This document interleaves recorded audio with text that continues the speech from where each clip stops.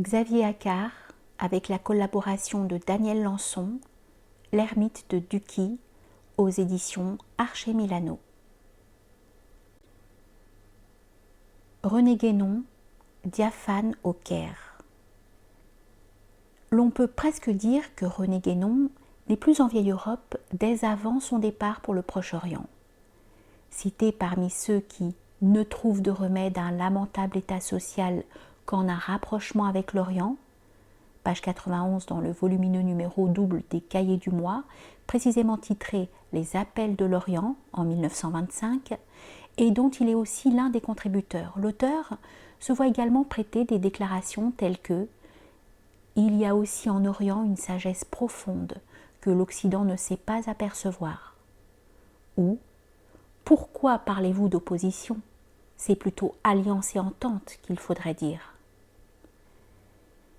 Nul doute d'autre part qu'il ait lu et médité le volumineux Cahier musulman et arabe publié en 1926 par la revue Messages d'Orient, dirigée à Alexandrie par 2 juifs égyptiens. On y trouve par exemple un exposé de la doctrine soufie par le membre d'une confrérie alexandrine et l'évocation de la crise grave que connaît alors le centre spirituel El-Azhar, dans lequel René Guénon se rend quelques années plus tard. Et cela, même si la position de ce dernier n'est sans doute pas celle des responsables de la revue, qui, modernistes, encouragent la relecture de valeurs islamiques à la lumière des méthodes critiques de la rationalité occidentale, et sont habités de l'espoir d'un compagnonnage intellectuel presque mystique des meilleures forces de l'Occident et de l'Orient. Néanmoins, l'Égypte géographique, culturelle et linguistique est peut-être loin en 1930 de combler les vœux de celui qui vient chercher un Orient islamique. Ouvrez les guillemets. Il est sans doute peu d'endroits sur la terre où un Français nouvellement débarqué se sente moins dépaysé qu'en Égypte. À quelques heures de Paris, Londres, Madrid ou Berlin sont déjà de tout autre monde. À 4 ou 5 heures de Marseille, Alexandrie ou Le Caire accueillent l'arrivant avec un sourire familier qui appelle la réciprocité. Les passants qu'il coudoie sur le trottoir s'expriment dans sa langue. Les noms des rues, les enseignes des boutiques, la valeur des timbres, les menus des restaurants sont écrits en français. Les conférences françaises rassemblent les auditoires les plus nombreux, écrit Marguerite Lichtenberger. René Guénon arrive l'année même où Denis Amiel, secrétaire général de la Confédération des sociétés d'auteurs, déclare, de retour d'un congrès qui s'est tenu au Caire, « Dire que l'Égypte spirituellement est une colonie française est une absolue vérité. » Fermez les guillemets. Ouvrez les guillemets. Le Caire est une grande ville européenne. Le président de l'Alliance française, M. Émile Henriot, a été frappé au cours de sa visite au Caire par l'impression inattendue de n'avoir pas quitté l'Europe. Fermez les guillemets. Écrit encore Marianne Herold dans Images le 19 novembre 1949. L'Égypte française, qui naît en 1930, prétend, comme d'autres périodiques, promouvoir l'établissement de liens solides entre l'Orient et l'Occident. Ce sont aussi les années où la future amie Valentine de Saint-Point et quelques autres animent des soirées privées dans lesquelles sont reçus orientalistes, islamisants et intellectuels, tant arabophones que francophones. Où le cercle El Diafa, la rencontre, animé par la poétesse Nelly Vaucher-Zananiri, accueille tous les hôtes de marque. Même s'il est peu probable que René Guénon ait participé à ces réunions, toujours est-il qu'il développe son œuvre dans le contexte très particulier d'une francophonie littéraire urbaine qui vivait alors ses plus belles heures, parallèlement aux usages linguistiques non littéraires, juridiques, politiques et socio-culturels, eux aussi largement francophones. 50 périodiques, dont 15 quotidiens, composent ainsi la presse locale en langue française, celle-là même qui lui rendit le si curieux hommage que nous publions ici. Néanmoins, il va d'emblée se situer dans le domaine de l'écrit occulte, non socialisé, peu socialisable. Il vient en effet au Caire pour rechercher les manuscrits de traditions anciennes, supposés s'y trouver. Léopold de Ziegler ajoute qu'il se rend en un pays où des parties importantes de la tradition saine se transmettent encore oralement. Tout ne pouvait donc que l'opposer à la génération mondaine des années 30, au sens large que peut revêtir ce mot, si bien que nous ne trouvons nulle trace de sa présence et que la réception critique de ses œuvres est presque inexistante, comme le signale ici même Xavier Accard. Nulle surprise de voir réinterpréter de manière quasi romanesque son ésotérisme existentiel. Ne vivait-il pas retiré du monde, cachant soigneusement son adresse jusqu'à ne recevoir son courrier qu'au nom d'ami, écrit Valentine de Saint-Point. Sous-titre: L'antimodernisme. La déclaration antimoderniste est l'un des topoi littéraires dès la fin du XIXe siècle. Il n'est que de relire les récits de voyage des Européens au Caire, voyant à regret s'occidentaliser la ville. Gérald de Messadier fait partager au lecteur de La Bourse égyptienne, quotidien à grand tirage, son acquiescement concernant le machinisme industrialiste et rappelle que René Guénon était opposé aux initiatives révolutionnaires désorientées, ce qui est particulièrement à contre-courant de tout ce qui se prépare au Caire, au moment même où il publie ces lignes. En effet, plus personne ne croit alors aux chances du régime royal de Farouk, et le coup d'État des généraux républicains n'est pas si loin. Jean Moscatelli parle dès le 17 mars 1951 de l'atmosphère de guerre où nous vivons.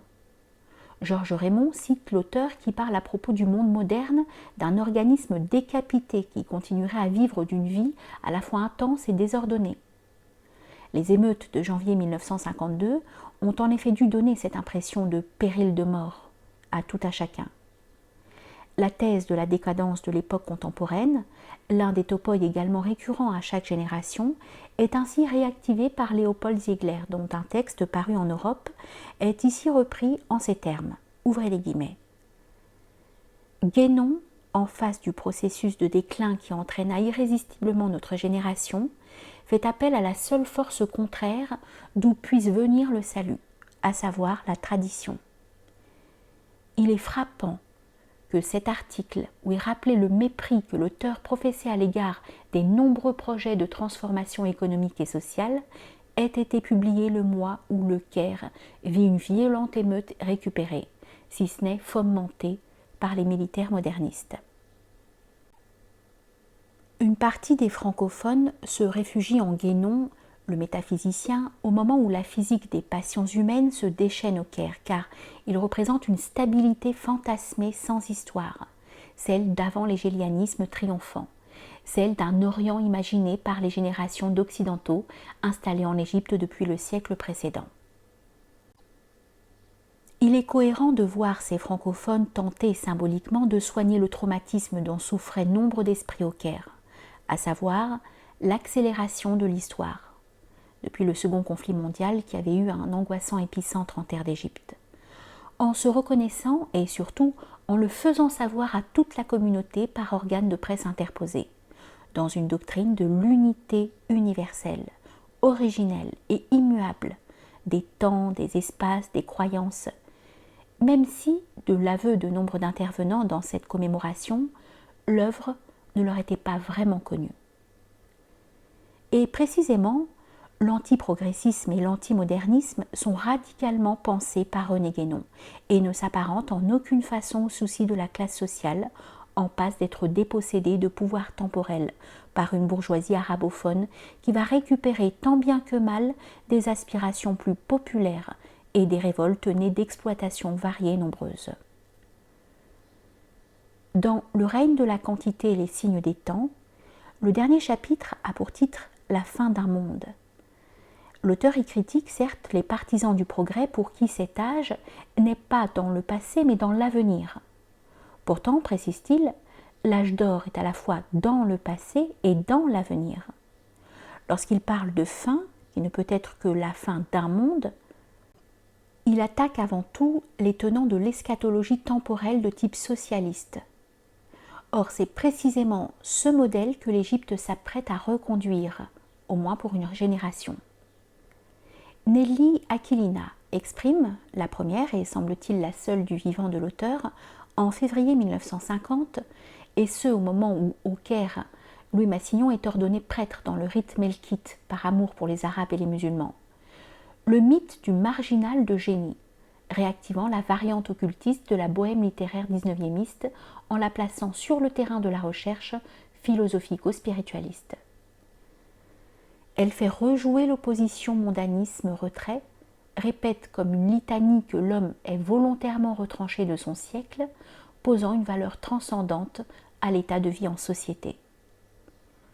Le romantisme de celui qui se protège du monde, médias, salons, grâce à des intermédiaires, peut être vécu par procuration, par ceux qui s'interrogent de plus en plus sur le dilemme reconnaissance-effacement.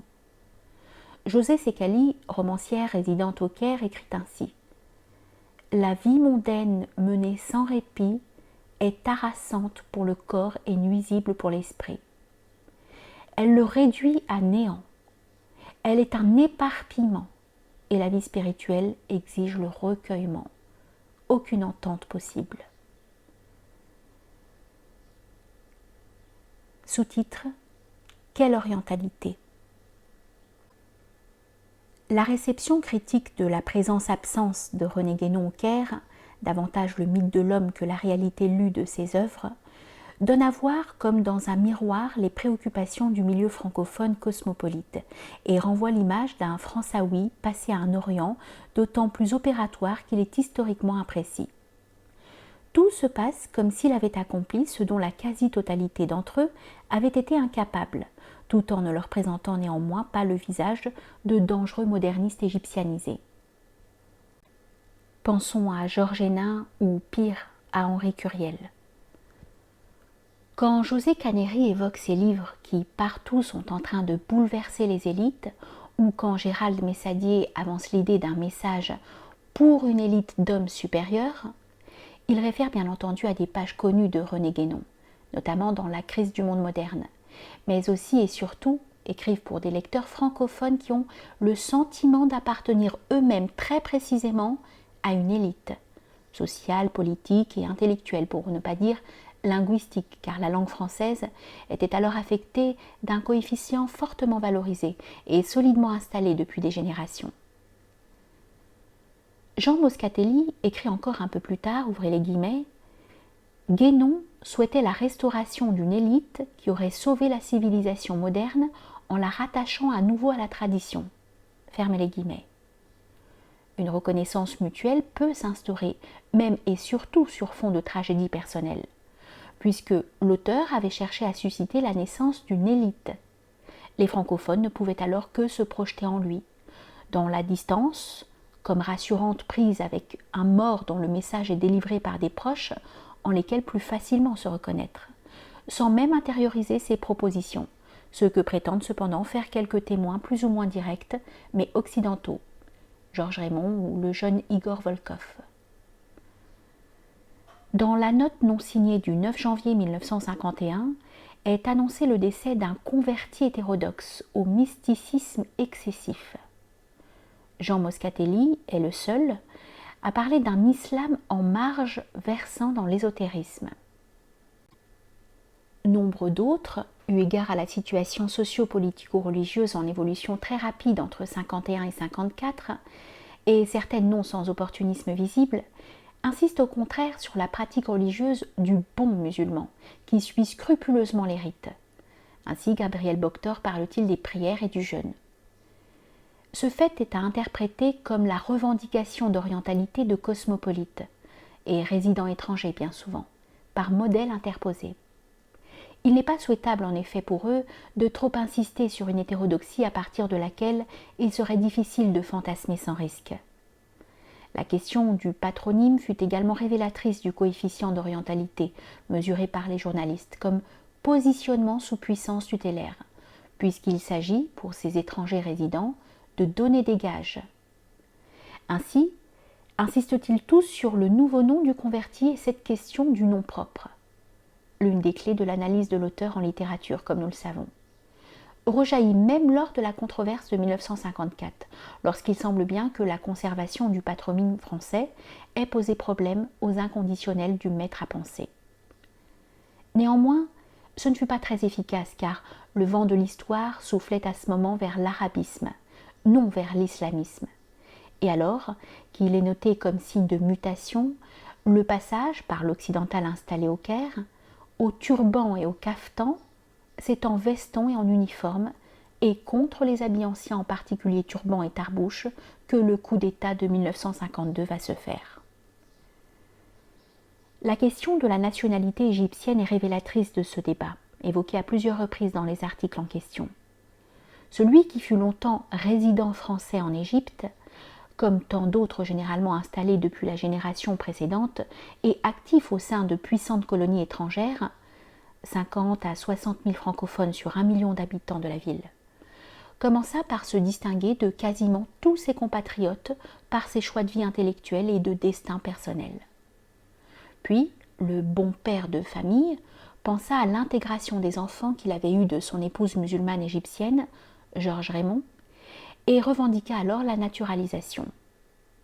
Que les motifs familiaux aient été les seuls motifs retenus par cet homme est parfaitement congruent avec son antinationalisme foncier, fait qu'il le posait totalement dans un hors-jeu communautaire au moment où l'Égypte allait achever de se structurer en État-nation à l'occidental, mettant notamment en place des lois concernant l'acquisition de la nationalité égyptienne.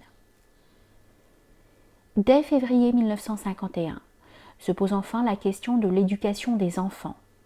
Bien que leur père ait demandé à ce qu'ils soient soustraits des influences déclarées néfastes des écoles occidentales, les établissements francophones étaient très puissants à l'époque. Ils sont inscrits au lycée franco-égyptien d'Héliopolis et son directeur commente, ouvrez les guillemets, « Nous devons en faire des jeunes filles dévouées à leur roi, utiles à l'Égypte. » Fermez les guillemets. La façon enfin dont les commentateurs ont abordé la question des lieux d'habitation de René Guénon au Caire intéresse particulièrement notre propos, parce que le débat Orient-Occident se trouve ainsi inscrit dans l'espace concret de la géographie locale, spirituelle autant que physique. Voir le plan de la ville hors texte. Un cliché facile est largement véhiculé dès la disparition de l'auteur, préparé l'année d'avant par l'article de Nelly Aquilina. René Guénon vivait dans l'un des quartiers médiévaux du Caire, près de l'université islamique El-Azhar. Le 9 janvier 1951, un journaliste anonyme affirme qu'il vivait dans les parages de l'Azhar. Le même jour, Gérald de Messiadier écrit qu'il était réfugié dans un quartier arabe populaire. Valentine de Saint-Point soutient quant à elle qu'il n'a vécu dans le quartier de El-Azhar que durant quelques mois avant son mariage, et jusqu'à ce qu'il fût construite une gentille villa à Duki, dont il fit don à sa femme. Jean Moscatelli avait déjà rétabli une réalité moins propice au développement d'une imagerie d'Épinal, en parlant d'une modeste demeure de la banlieue du Caire, à Duki. En réalité, les pérégrinations intracitadines ou périphériques de René Guénon, telles que Xavier Accart a pu les reconstituer par divers témoignages, furent plus variées. L'auteur commence par résider à l'hôtel Dar es-Salem, situé en face de la mosquée Sayyidna al-Hussein, puis rue Tambakziak, rue Kourounfiche et enfin rue El-Azhar, c'est-à-dire effectivement dans les quartiers médiévaux judéo-islamiques, et ce pendant près de 7 années, non pas quelques mois, d'où il peut résulter une acculturation permettant de développer une résistance à l'évolution moderniste déjà signalée. En mai 1937, l'auteur emménage en famille à Duki, soit dans ce nouveau quartier situé outre-Nil, loin des centres urbains et à proximité immédiate du désert, qui enserrait la ville à l'ouest comme à l'est. Ce retrait périphérique dans un quartier construit au début du XXe siècle seulement, certes pavillonnaire, est néanmoins emblématique, d'où la reprise de l'expression « l'ermite de Duki » qui donne son titre à cet ouvrage. Il y demeure jusqu'à sa mort, excepté l'épisode inexpliqué à ce jour de l'année passée, de fin 46 à fin 47, rue Gamil Abdin, dans un quartier très occidentalisé et lieu même du pouvoir royal finissant, et ne retraversa l'espace urbain bipolaire du Caire que pour être enterré sur les hauteurs de ce que l'on appelait alors la vallée des califes, lieu orienté des morts, lui-même situé au pied de l'imposante falaise qui surplombe la ville. Sous-titre: Culte des morts et hagiographie. La revendication patrimoniale peut se mettre en place eu égard à la disparition de l'intéressé. José Caneri exprime cette pensée avec force Et ces termes sont révélateurs de ce que pensent nombre de francophones alors à la recherche d'un grand homme. Ouvrez les guillemets. Nous ne lâcherons pas ce patrimoine français dont l'ampleur s'impose au monde de la pensée, justement parce qu'il s'est nourri et fortifié de la pensée islamique. Fermez les guillemets. René Guénon peut être panthéonisé. Mort, il devient possible de le revendiquer, ce que font les morts-vivants importunés par l'histoire au Caire en ces années. Une hagiographie quelque peu nécrophilique voit le jour, reconnaissable surtout dans les articles de l'actualité immédiate en janvier-février 51. Il faut dresser un tombeau au sens où l'on emploie ce mot en littérature. Valentine de Saint-Point y parle aussi de l'hommage que José Canéry veut poser sur la dalle sous laquelle repose la forme du Cheikh Abdelwahid, voilée de lin, allongée sur le sable. José Canéry, un peu plus tard, revient sur les gestes ou tendres ou pathétiques qui avaient escorté la tardive mélancolie, due à la mort de l'auteur. On ne peut mieux signifier la maladie qui frappe le microcorps social francophone au sens quasi clinique, car il s'agit métaphoriquement de faire corps avec le mort pensé seulement comme défunt, au sens étymologique. Les réticences à commémorer le premier anniversaire de la disparition de l'auteur, une allusion polémique de Josué Canéry le laisse à penser, sont vite dépassées par ceux qui se sont intronisés porte-parole et ne veulent pas perdre l'occasion de mettre en scène leur drame.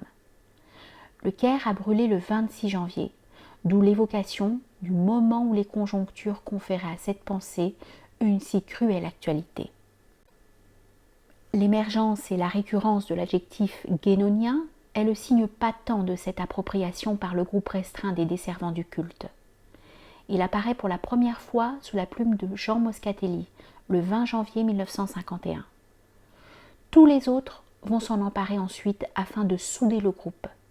Ainsi sont évoqués les purs guénoniens de la première heure, quand il s'agit de s'opposer aux impies qui veulent vulgariser l'œuvre. José Canéry insiste d'ailleurs peu après sur le fait que Moscatelli n'avait pas attendu la disparition de René Guénon pour lire ses ouvrages la plume à la main. Gabriel Bocteur écrit, ouvrez les guillemets, « Il n'était plus depuis longtemps citoyen de notre planète. » Fermez les guillemets. Et encore, ouvrez les guillemets, « vivait dans les sphères immatérielles de la pensée. » Fermez les guillemets. Et il insiste, ouvrez les guillemets, « que signifiait pour lui cette enveloppe charnelle ?» Évoquant, il est l'un des seuls journalistes à l'avoir rencontré, le visage et les mains diaphanes, d'un personnage qui semblait descendre de quelques portiques de cathédrale gothique, comme une apparition. Fermez les guillemets. Plusieurs journalistes parlent également du fait qu'il avait renoncé à soigner ses rhumatismes, et même sa dépression, entre guillemets. L'agonie est rejouée par plusieurs proches, dont le docteur Katz et Valentine de Saint-Point. Georges Raymond, quant à lui, le transforme en immortel, ayant seulement quitté son enveloppe corporelle, évoquant sa rencontre avec le vivant. Dit l'avoir trouvé si transparent qu'il semblait avoir gagné l'autre bord. Je regardais de temps en temps à nos pieds pour voir si le fleuve noir ne passait point entre nous. Plutôt que transparent, nous dirons que son extrême pâleur évoquait la translucidité, qu'il était en effet diaphane, c'est-à-dire, comme l'indique le Larousse, qu'il laissait passer la lumière, sans être vraiment transparent à celui-ci. Au siècle. En fait, il était relativement facile de rendre un culte à René Guénon, parce qu'il était en effet déjà mort pour presque tous ses contemporains kérotes. José Canéry, très honnête lorsqu'il parle du remords de ne pas l'avoir connu plus tôt, n'en est pas moins celui qui se dépense le plus pour honorer la mémoire de celui qu'il n'a jamais lu et encore moins rencontré. Dès février 1951, se construit la légende du saint donné en exemple. Valentine de Saint-Point, qui a veillé l'agonisant, en est la première et principale prêtresse jusqu'à sa propre mort, survenue en 1953. Il est fréquent dans une construction collective de ce type qu'il se trouve une figure de veuve intellectuelle pour reprendre le flambeau.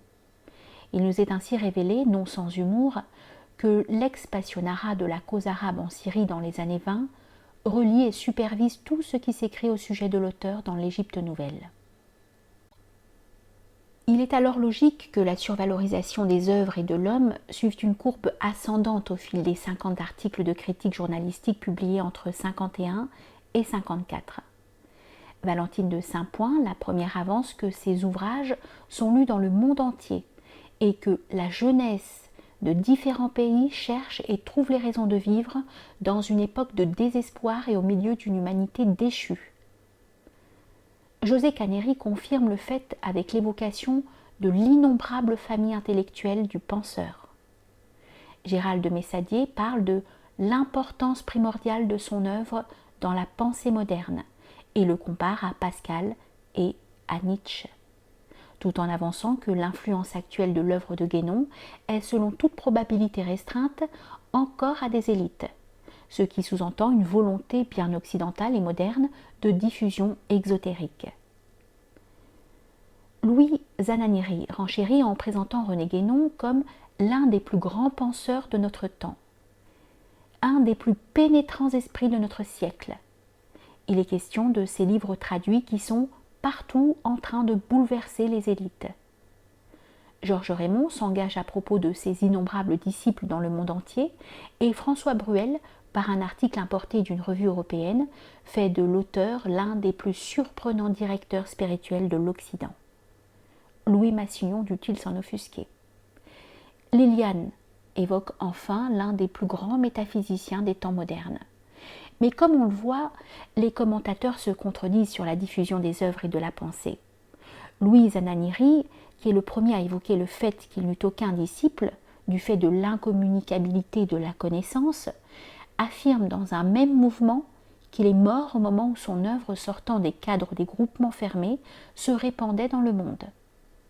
L'on ne peut s'empêcher de penser à la situation même de la francophonie littéraire au Caire, en ces mêmes années à sa revendication contrariée de reconnaissance en métropole. La convergence symbolique n'est évidemment pas fortuite.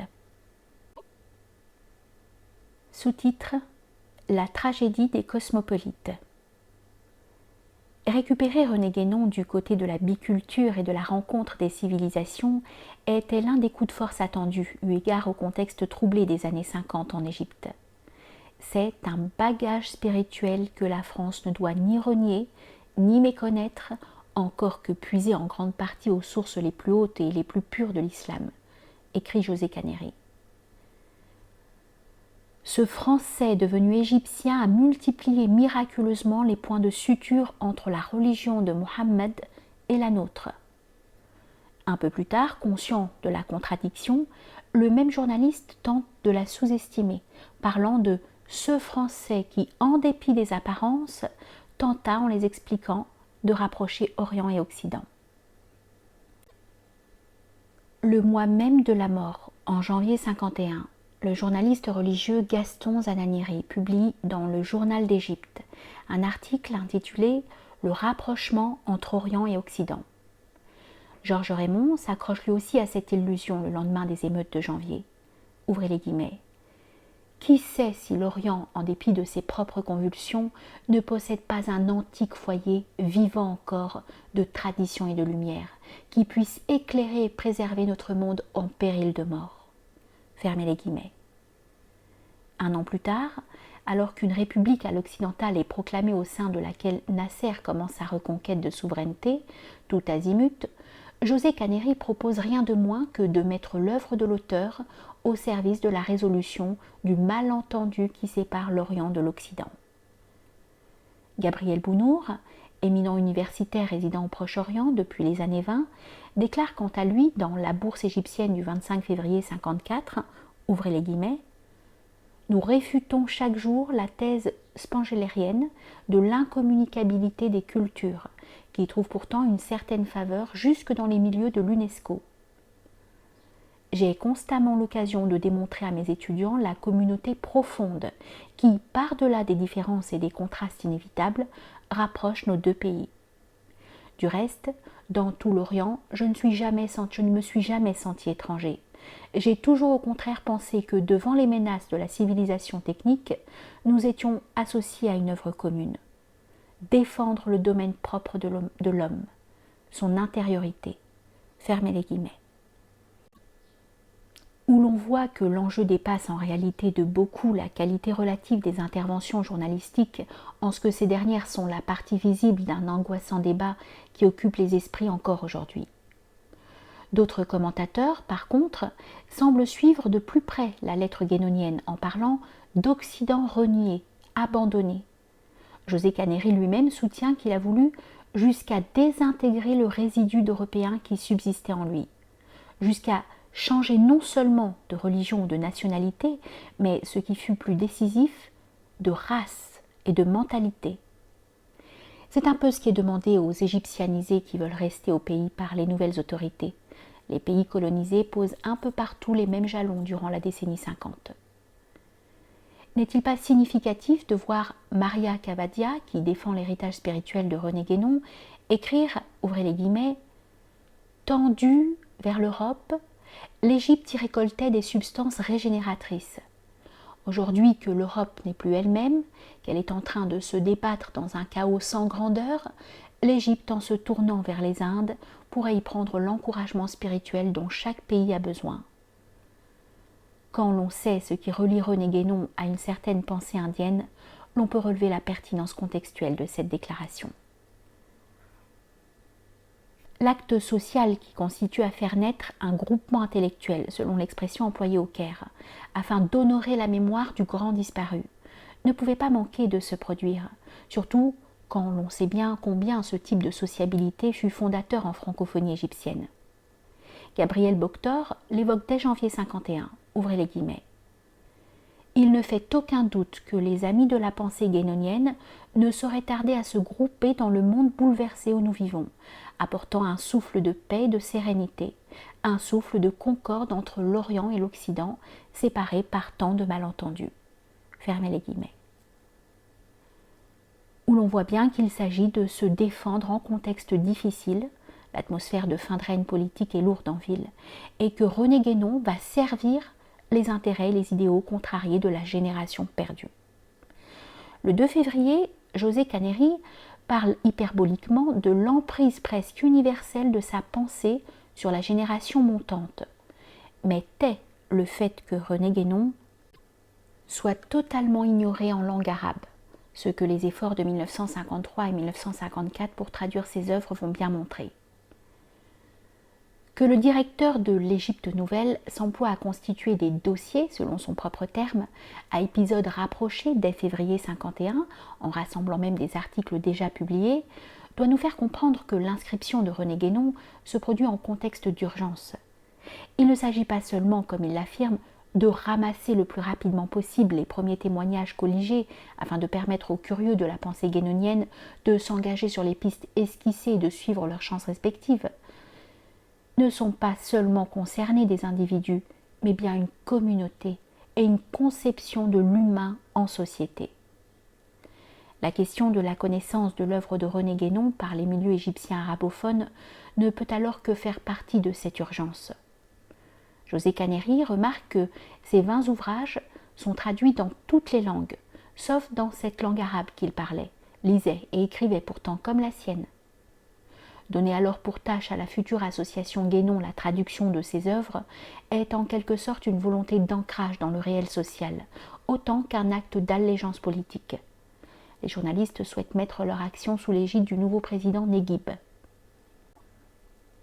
Dans cet ordre d'idées, José Caneri évoque le civisme de Moscatelli, se dévouant à la mémoire du métaphysicien, ce qui est passagèrement contradictoire, même si l'on sait par ailleurs que ce critique et créateur s'est toujours voulu en phase avec l'histoire. Les journalistes tiennent leur grand tome, fut-il difficile à lire par le public habituel des dits périodiques. François Bruel a beau rappeler que René Guénon avait été l'adversaire déclaré des originalités, des sectes, des hérésies, qu'il n'avait jamais accepté de créer un groupement, pas même autorisé la constitution d'une société des amis de Guénon. C'est très précisément ce qui se met en place. La commémoration du premier anniversaire de la mort de l'auteur fut de facto le lancement du dit groupe au Caire, le 8 janvier 1952, avec appel dans la presse pour réunir les amis autour de la mémoire de l'ex-occulté du Caire, dont l'adresse est divulguée puisque rendez-vous est donné dans la Villa Fatma de Duki.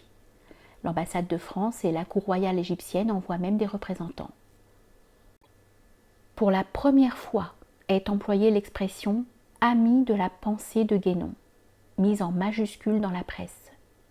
Peu après la deuxième commémoration, José Caneri parle de « chercher ensemble les moyens de traduire ce culte du souvenir en une réalité perdurable ». Que France-Asie, à Saïgon, ait osé écrire que rien n'avait été fait au Caire pour la mémoire de René Guénon déclenche une longue mise au point de Jean Moscatelli, qui est un bon résumé des actions entreprises pendant 2 années, preuve que l'Égypte n'a guère enseveli René Guénon sous un désert de silence. L'un des instruments de l'installation du culte dans une durée passe bien évidemment par la gestion de l'impressionnante bibliothèque du défunt, évoquée pour la première fois le 16 janvier 1951.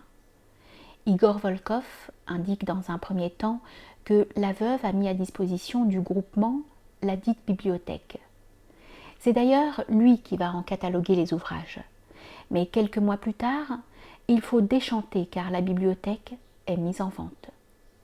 En avril, les journalistes évoquent dans Images la crainte de la dispersion de la précieuse collection. Un cliché photographique en illustration dans cet ouvrage montre le délégué du ministère de la Justice qui consulte le catalogue des livres, comme s'il était désormais nécessaire d'en appeler au pouvoir temporel pour sauvegarder le bien spirituel. Quelques mois plus tard, José Caneri développe l'idée que le ministère de l'Instruction publique devrait se porter acquéreur, non sans douce ironie, ouvrez les guillemets, une bibliothèque René Guénon installée dans ses locaux et ouverte au public n'eût pas diminué son prestige. Fermez les guillemets. La querelle de famille, entre guillemets, interne aux francophones et sur laquelle semble bien s'achever l'histoire de la réception critique de l'œuvre comme de la présence-absence de René Guénon, éclate au début de l'année 1953 et met littéralement en cause l'existence même de la toute jeune association des Amis. Il ne s'agit de rien de moins que de prendre parti sur l'exotérisme. Quand Gabriel Boctor appuie José Caneri dans le parti pris de diffusion de la pensée de René Guénon, il se réfère à une citation selon laquelle chacun est incité à travailler autant qu'on peut à préparer la sortie de cet âge sombre, dont bien des indices permettent déjà d'entrevoir la fin plus ou moins prochaine, sinon tout à fait imminente. Fermez les guillemets. N'y a-t-il pas là en filigrane, comme la revendication d'un combat contre les réalités dénoncées du nouvel âge d'or, promis par le nouveau pouvoir? Il est curieux de voir José Caneri emprunter le vocabulaire à la mode et répéter « vouloir induire la masse des lecteurs à mieux approfondir la pensée d'un grand métaphysicien ». Sa proposition de la bibliothèque ouverte au public dut aussi faire frissonner plus d'infidèles.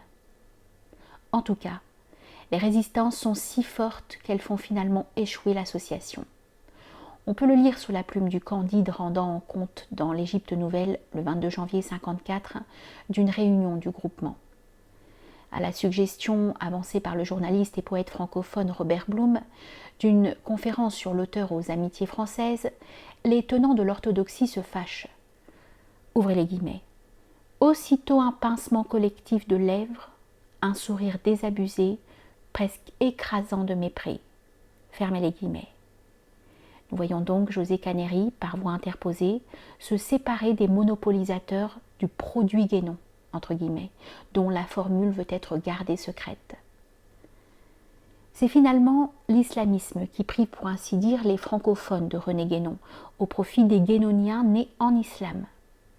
Lors de la réunion de janvier 1954, le débat est clos par Maria Cavadia, égérie francophone des années 30, un temps protectrice de jeunes écrivains modernistes, même d'impertinents surréalistes. Épouse de l'ex-ministre du pouvoir royal Mamdouh Riyad.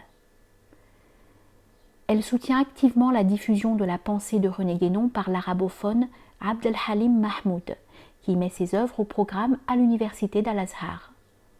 L'auteur est placé entre les mains du théologien, qui dit avoir entraîné René Guénon à des séances de prière à la mosquée du sultan Aboul A'la, et qui fait connaître ses œuvres en arabe par un livre qui paraît au printemps 54 avec traduction et commentaires. Gabriel Boctor proteste contre le fait que l'éminent universitaire n'a pas daigné mentionner les efforts de l'association, mais reconnaît le fait que l'islam officiel s'intéresse à Guénon ne peut que lui faire plaisir. Nous prendrions volontiers à contre-pied le Jobinot des Nouvelles Asiatiques qui écrivait, ouvrez les guillemets, « Ils vont en Orient et ils en reviennent. Ils n'en sont pas plus sages au retour. Ni le passé ni le présent des lieux ne leur est connu. Ils ne savent ni le comment ni le pourquoi des choses. » Fermez les guillemets. Peut-être René Guénon, le converti, entre guillemets, ne fut-il pas seulement le diaphane, mais aussi le souriant, comme le montre un cliché inédit reproduit dans cet ouvrage. Un certain espace-temps ne l'a-t-il pas aidé à suturer l'opposition Orient-Occident? En d'autres termes, celui qui déclarait avant de quitter l'Europe être habitué à penser en oriental, ne devint-il pas au Caire l'intellectuel occidental dont il rêvait la venue, enfin capable de recevoir la métaphysique de la tradition dans un espace intermédiaire, non identitaire, à l'heure où les minorités francophones et francophiles subissaient d'intenses pressions, afin de donner les gages d'une orientalité alors jugée seule légitime? N'aurait-il pas incarné, si ce verbe convient, le vieux rêve de demeurer dans un levant, cessant d'écrire dans le battement Orient et Occident? Toujours est-il qu'il est difficile de dire que René Guénon ait simplement émigré en Égypte, bien que matériellement il le fit. En réalité, il dut concevoir ce séjour comme un retour à l'origine, comme la pérégrination immobile dans un non-ailleurs centré, envers et contre l'européanisation de la ville et du pays, dont on peut supposer qu'elle dut agacer pour le moins l'al-Roum introduit dans la Oumma. Daniel Lançon.